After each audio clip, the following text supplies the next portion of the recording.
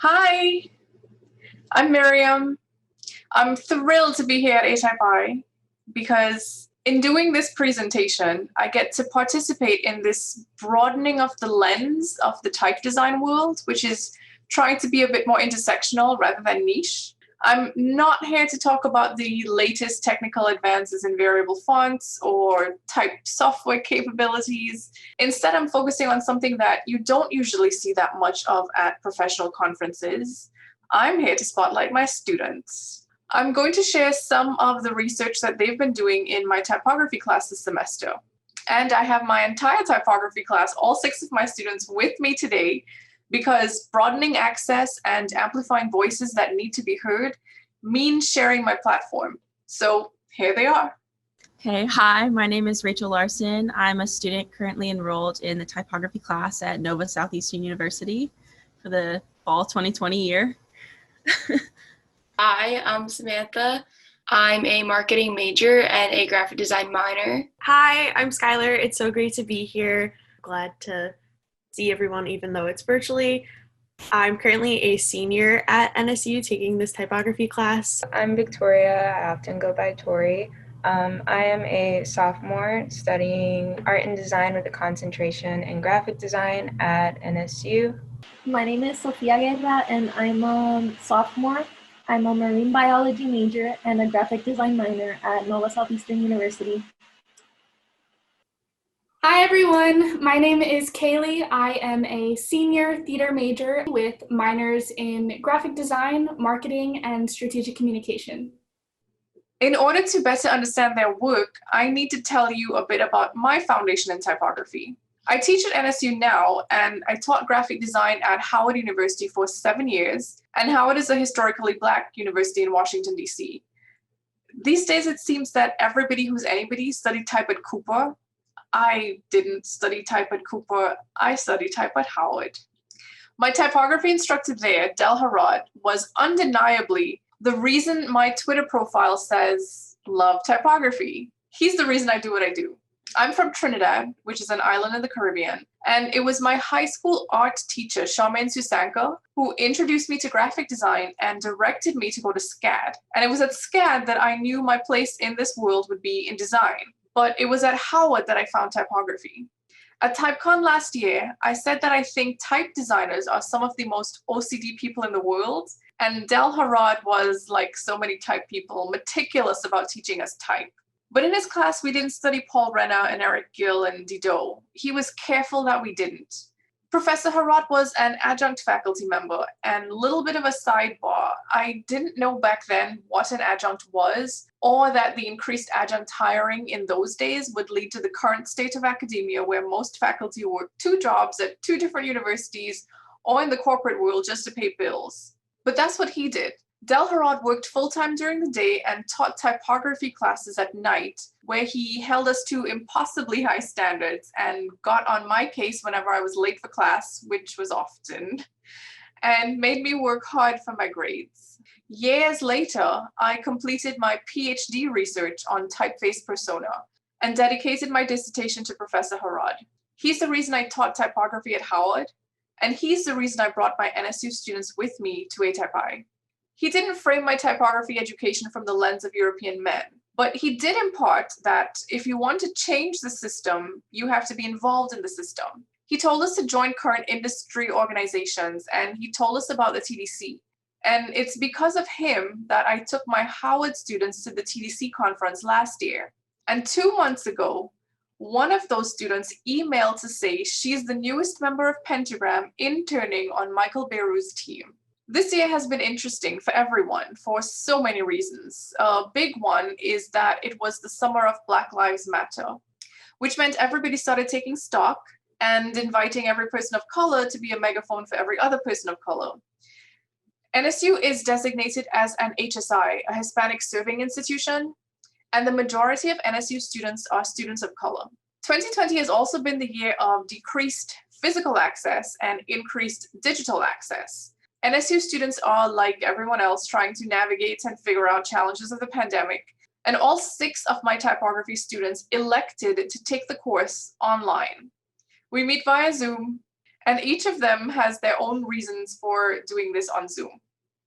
I'm originally from Wisconsin, so I knew that if I wanted to visit for holidays and stuff, because my mom is older, I didn't want to expose myself to too many people with it being COVID and everything. So it was more so like a safety precaution, I guess. I already work at a high-risk job, so I kind of wanted to limit the contact that I had with other people. And my dad is diabetic, so if I go home during breaks or in between semesters, I didn't want to transmit anything to him. I'm taking it on Zoom because I'm originally from New Jersey. I've been in New Jersey since March, and I wasn't necessarily eager to fly back down to Florida where COVID cases were a lot worse than they were at home. Obviously with the pandemic, I didn't want to have to, constantly be going back and forth in and out of classrooms. There are precautions that are up on campus, but I felt like the safest option was just to take classes online. I think it's our responsibility to try and keep everyone around us safe. And if that means by sitting in my room and taking my classes from there, that is what I'm willing to do.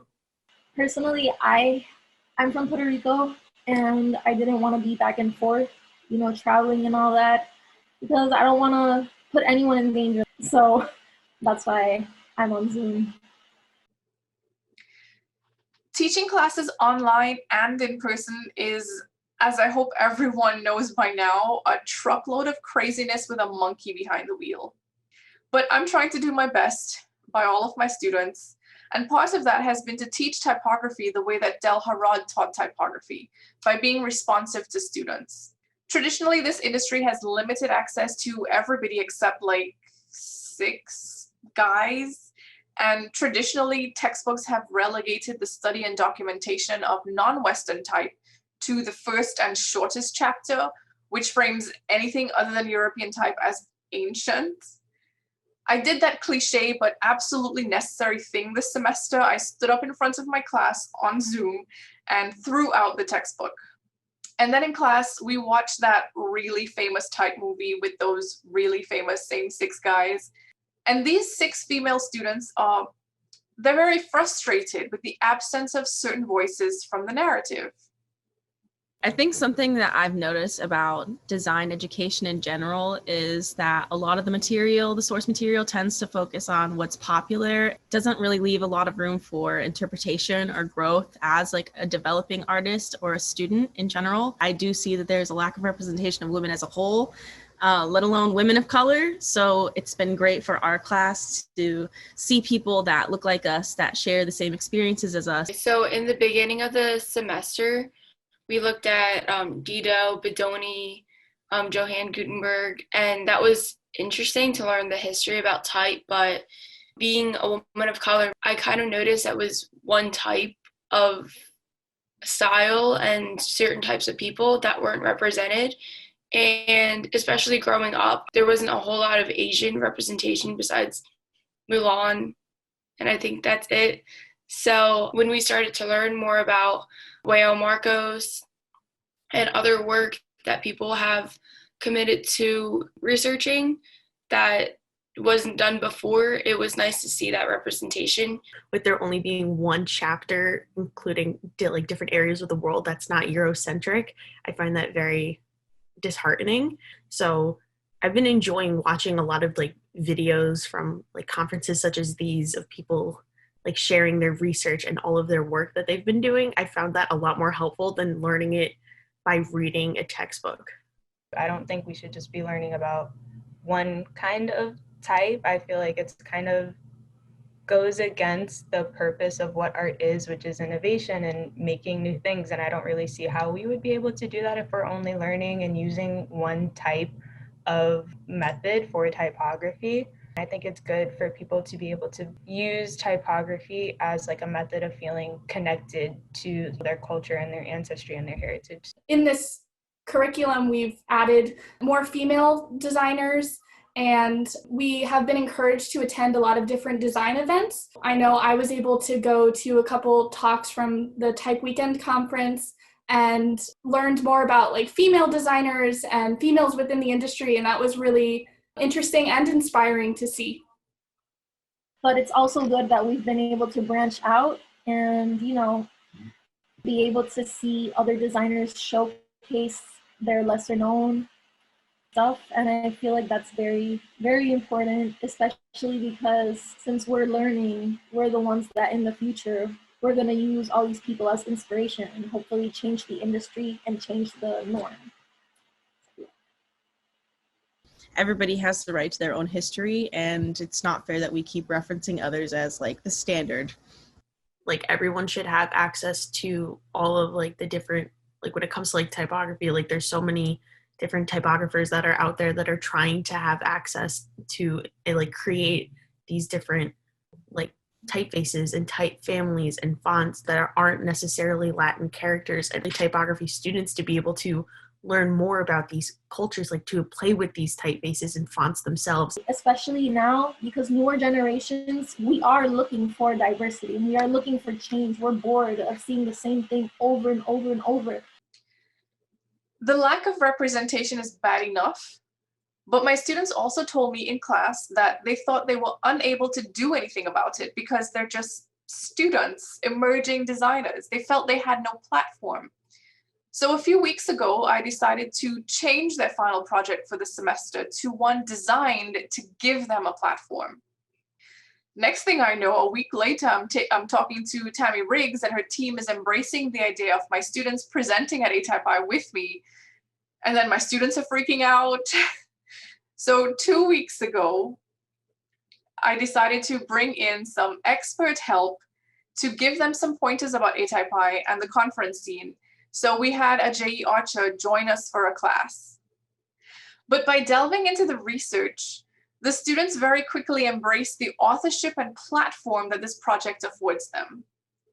The project grew out of a class session when we looked at Louise Philly's books on collected signage.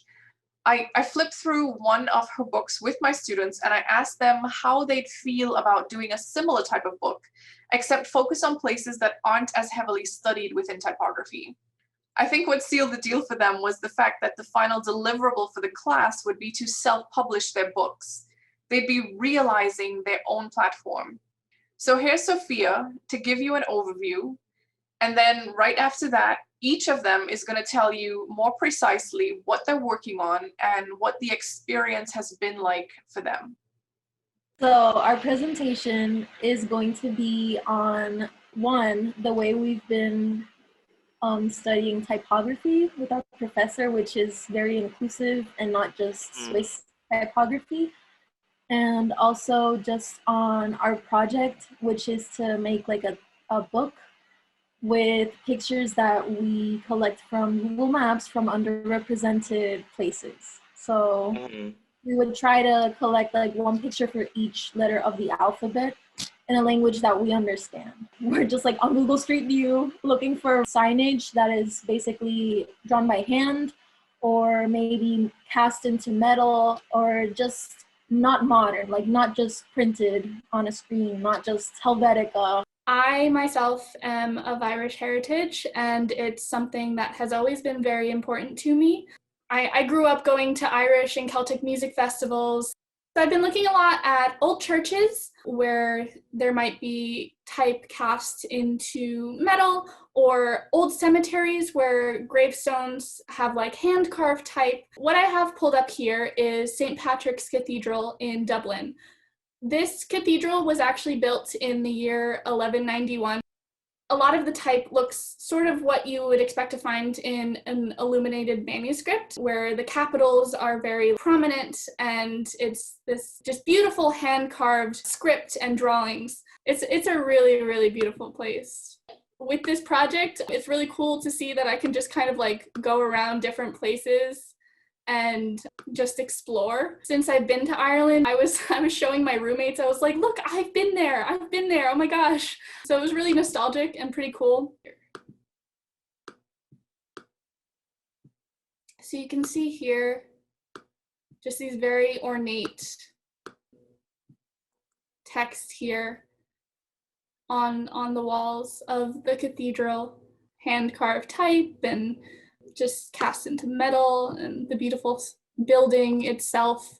I've spent hours on Google Street View, and I mean, it's been fun. I've really enjoyed looking around Ireland, especially because we can't travel right now. And going into this class, I don't really know what my expectations were, but when I heard of typography, I was like, oh, we're just going to be looking at fonts and text and adding them to our graphic design pieces. But it's been so much more than that. Knowing that an outcome of this class could be a real tangible thing is really cool. I know personally I'm always looking for opportunities to better myself within my education, and getting those real world experiences. Something like this is really, really awesome.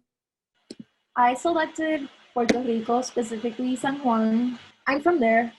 I'm very passionate about Puerto Rican culture. We have very vintage design in San Juan. My part of the project has been less of hunting for what I want and more picking good examples that are meaningful to me and that I know that I can access. These buildings, they're all very, very old Spanish buildings, and it's because when we were colonized, they really settled in San Juan. Here's already an example, which is Calle de Tetuan. These are all they're really old, and each street has one of these. So this is a Champagne and Whiskey Lounge.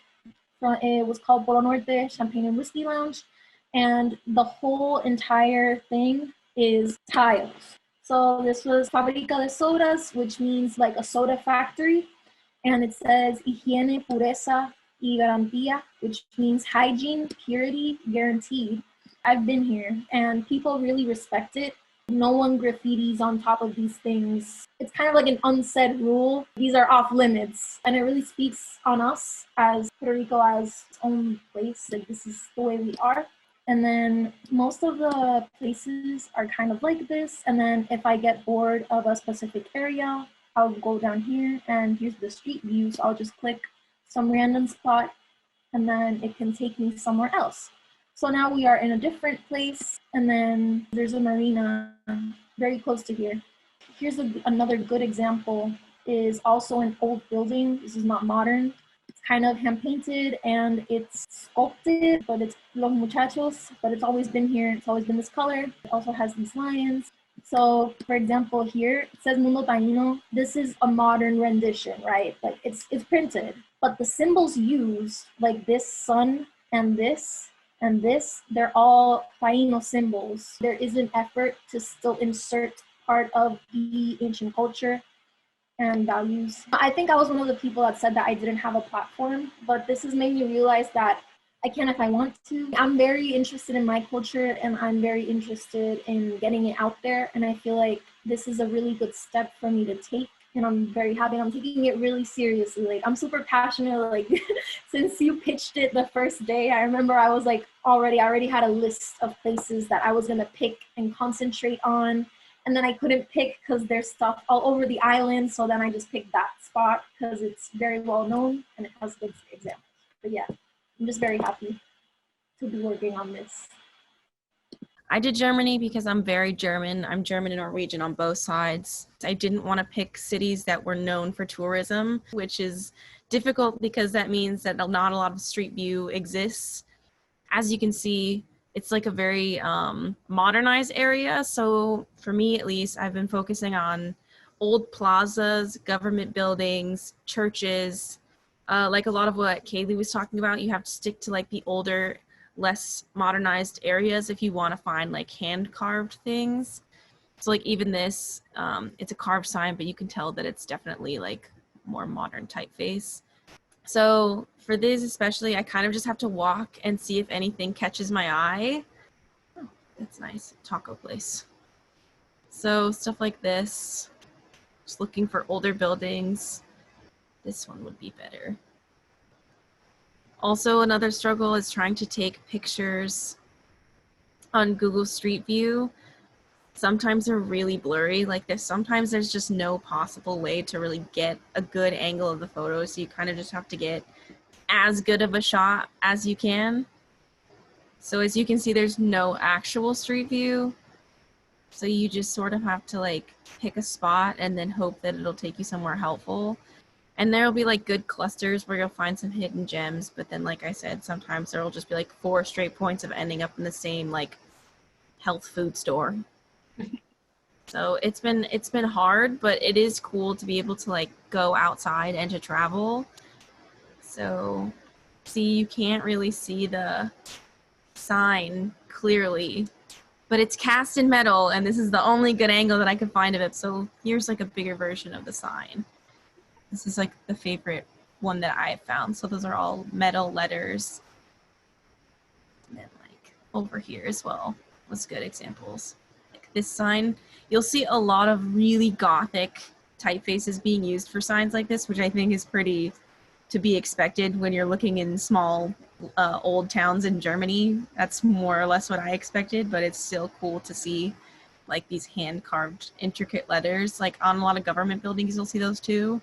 I feel like we're all getting a chance to sort of delve deeper into our history, but from like our own modern perspective. So I'm excited to see everyone else's research, I guess, more so than like whatever becomes of my own.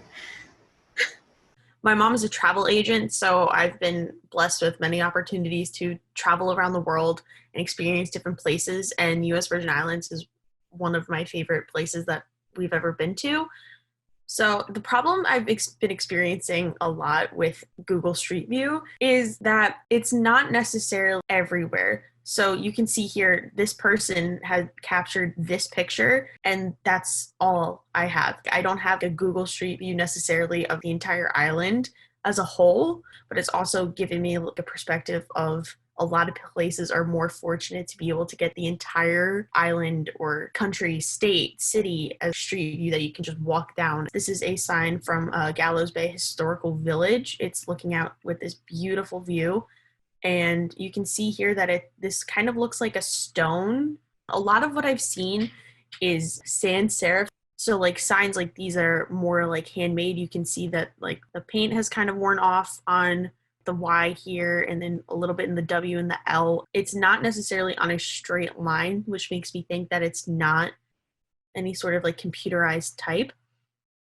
But it's definitely like really interesting to see, like take the perspective of like somebody took time to actually like carve out all of these symbols on here and create like this awesome sign that has like this incredible view. It's a very, very stunning place. But if I wanted to find other places, I have to try and navigate of where I can go.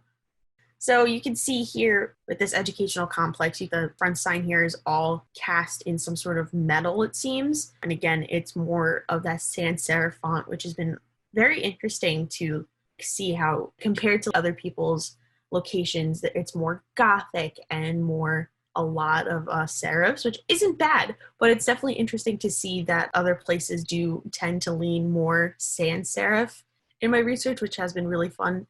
And I think my favorite part about when this project will be finished is to be able to experience going back here again without physically being there. And I'm very excited to not only see what I can do, but see everything that my classmates will be able to do, because they have all of these like amazing places, and like what they've been able to like, show in class has been so cool, and it has me really excited. So I'm looking forward to like seeing like the finished product of not only mine but everybody else's. For this project, I chose to complete it on Bogota, Colombia. I have some friends who are from Colombia, and my boyfriend and all of his family are from Colombia. So they've been gradually teaching me about the culture there, the food, how it was like living there. I came across this Calle de los Chorritos, and it's a street sign. I just thought it looked really nice because it's obviously hand lettered. The curves of the lines and the way that it's placed is really interesting. It's not something that you would see here in America. So here's some graffiti. This kind of looks like it might be hand lettered. I did find something else here. There's this, and it's basically the Center of Graphic Arts. I just thought it looked cool, especially because it relates back to our class. And then right next to it is this little restaurant. It's a really unique idea. It's obviously hand lettered because you can see the S kind of looks like this steam coming up through the pot. So I really like this, but I wasn't too sure if it was digital or hand lettered. Some of it has been easy. Like I said before, I just select a random street and I see what's there. I spend about 5-10 minutes, and if I don't see anything, I'll just move on. But what's hard is that when I was researching this before, I was taking screenshots just so I could have the street name and the sign that I found. But sometimes the streets don't always add up. Or the other day during class, I found really pretty signage and type, but I forgot to take a screenshot and I can't find it now. But yeah, I really do like this, and I'm excited to see how everything turns out. I already started experiencing issues using Google Street View when picking my location. I originally wanted to do the Bahamas because that's where half of my family is from.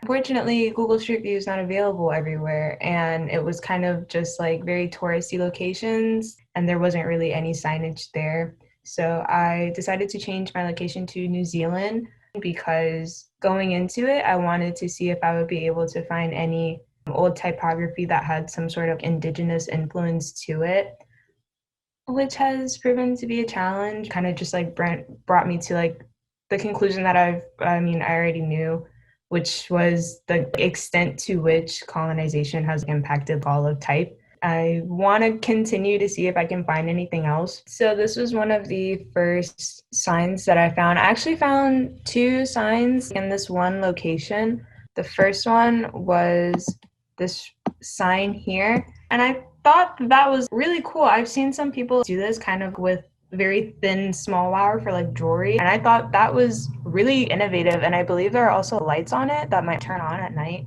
I think it looks like a neon.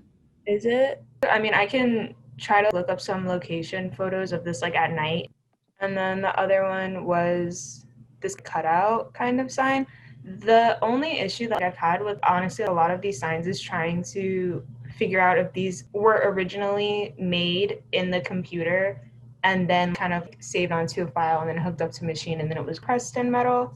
Okay, so this was just a random bakery that I found that I thought was nice. This also presented another issue with Google Maps, though. You kind of just have to zoom in and hope for the best because not every area on Google Maps is accessible for the Google car that drives around. And I've seen some locations where I'm going through the street and behind a certain building, I'll see something and I'll want to go over there, but because the car can't get there, there is no photo of it, which is kind of disappointing. Okay, and then this was one of the museums that I found, and they had some etchings into the building. Again, it's very difficult to see if this has been done on a computer or if this is just something that was very old and was etched by hand into the building. And then I kind of went into some more local areas, hoping that there would be some kind of hand lettered designs. So I found something that appears to be hand painted in the window, which is kind of common for small businesses. They'll hire people to hand lettered paintings into their windows. At first, when we were talking about publishing the book, I was I don't know if anyone's gonna buy this random book. But the more people put attention on the underrepresented areas and artists where we can find typography, the more willing they'll be to support people like us that are making publications about it. So I'm a little bit more optimistic that people will actually be interested in this, or even if it's just inspiring to other people to go out and see what they can find. So I'm definitely more excited than I was at the beginning. We launched into this a few weeks ago, so many of the findings and analyses they're showing today are initial, but the goal is that within the next few weeks, each of them will have a contribution to the field that serves to increase the representation of regions around the world that are understudied in type. It's also significant that they will have produced this representative scholarship while working remotely during the pandemic. This pandemic has barred most people around the world from traveling freely. Yet it's the same pandemic that has forced accelerated adoption of digital technologies in classrooms and allowed these 6 NSU students to travel to globally dispersed locations, which they probably wouldn't have gone to this semester in any case.